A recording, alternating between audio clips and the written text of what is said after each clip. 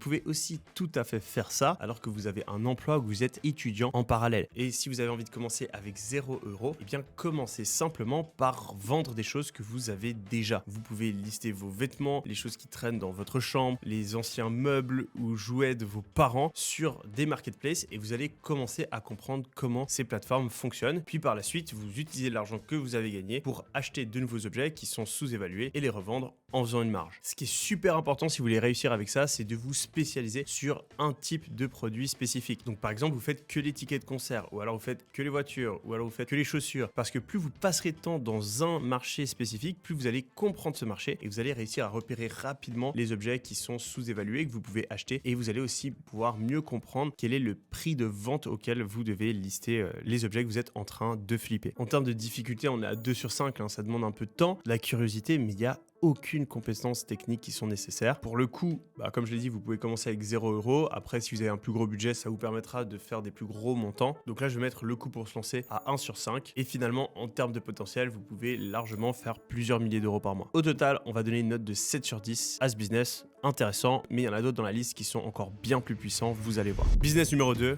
le car wash.